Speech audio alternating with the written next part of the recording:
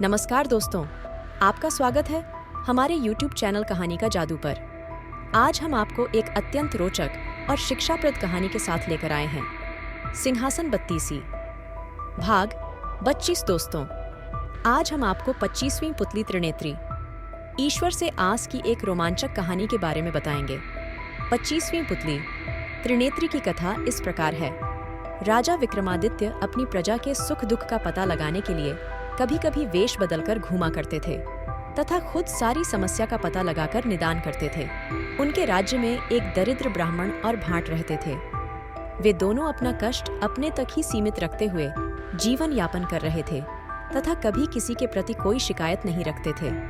वे अपनी गरीबी को अपना प्रारब्ध समझकर सदा खुश रहते थे तथा सीमित आय से संतुष्ट थे। सब कुछ ठीक ठाक चल रहा था, मगर जब भाट की बेटी विवाह योग्य हुई तो भाट की पत्नी को उसके विवाह की चिंता सताने लगी। उसने अपने पति से कहा कि वह पुश्तैनी पेशे से जो कमाकर लाता है उससे दैनिक खर्च तो आराम से चल जाता है, मगर बेटी के विवाह के लिए कुछ भी नहीं बच पाता है। बेटी के विवाह में बहुत खर्च आता है, अत उसे कोई और यत्न करना होगा।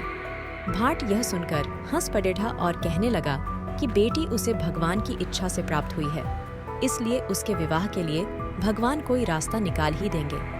अगर ऐसा नहीं होता तो हर दंपत्ति को केवल पुत्र की ही प्राप्ति होती या कोई दंपति संतानहीन न रहते। सब ईश्वर की इच्छा से ही होता है। दिन बीतते गए, पर भाट को बेटी के विवाह में खर्च लायक धन नहीं मिल सका। उसकी पत्नी अब दुखी रहने लगी। भाट से उसका दुख नहीं देखा गया तो वह एक दिन धन इकट्ठा करने की नीयत से निकल पड़ेगा। कई राज्यों का भ्रमण कर उसने सैकड़ों राज्याधिकारियों तथा बढ़े बढ़े सेठों को हंसाकर उनका मनोरंजन किया तथा उनकी प्रशंसा में गीत गाए। खुश होकर उन लोगों ने जो पुरस्कार दिए उससे बेटी के विवाह लायक धन हो गया। जब वह सारा धन लेकर लौट रहा था तो रास्ते में न जाने चोरों को कैसे उसके धन की भनक लग गई। उन्होंने सारा धन लूट लिया। अब तो भाट का विश्वास भगवान पर था और उसके पास बेटी के ब्याह के लिए धन नहीं था। वह जब लौटकर घर आया तो उसकी पत्नी को आशा थी कि वह ब्याह के लिए उचित धन लाया होगा। भाट की पत्नी को बताया कि उसके बार बार कहने पर वह विवाह के लिए धन अर्जित करने को कई प्रदेश गया और तरह तरह को लोगों से मिला।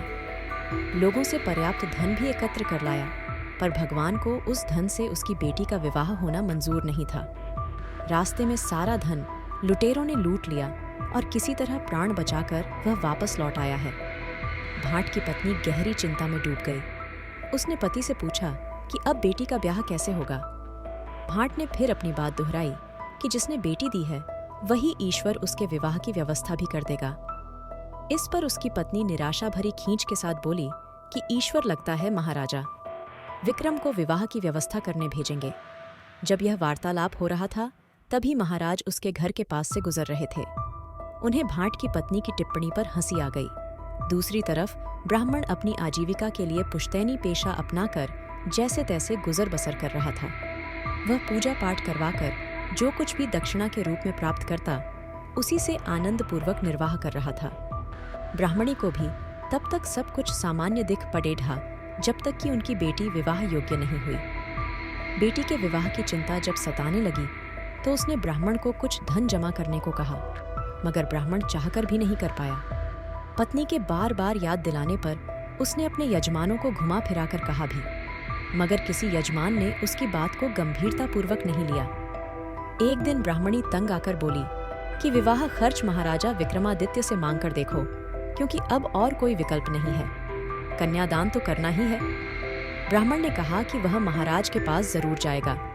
महाराज धन दान करेंगे तो सारी व्यवस्था हो जाएगी।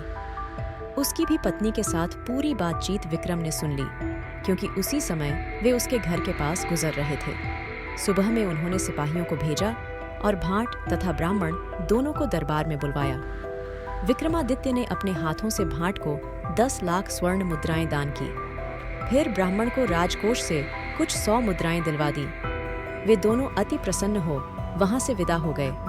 जब वे चले गए तो एक दरबारी ने महाराज से कुछ कहने की अनुमति मांगी। उसने जिज्ञासा की कि भाट और ब्राह्मण दोनों कन्यादान के लिए धन चाहते थे तो महाराज ने पक्षपात क्यों किया।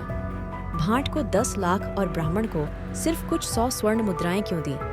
विक्रम ने जवाब दिया कि भाट धन के लिए उनके आसरे पर नहीं बैठा था, वह ईश्वर से आस लगाए बैठा था। ईश्वर लोगों को कुछ भी दे सकते हैं, इसलिए उन्होंने उसे ईश्वर का प्रतिनिधि बनाकर अप्रत्याशित दान दिया, जबकि ब्राह्मण कुलीन वंश का होते हुए भी ईश्वर में पूरी आस्था नहीं रखता था। वह उनसे सहायता की अपेक्षा रखता था। राजा भी आम मनुष्य है, ईश्वर का स्थान नहीं ले सकता। उन्होंने उसे उतना ही धन दिया जितने में विवाह अच्छी तरह संपन्न हो जाए। राजा का ऐसा गूढ़ उत्तर सुनकर दरबारी ने मन ही मन उनकी प्रशंसा की तथा चुप हो गया। तो यह रही हमारी आज की कहानी, सिंहासन बत्तीसी भाग 25 त्रिनेत्री। ईश्वर से आस। अगर आपको यह वीडियो पसंद आया हो तो लाइक करें, शेयर करें और हमारे चैनल को सब्सक्राइब करना न भूलें।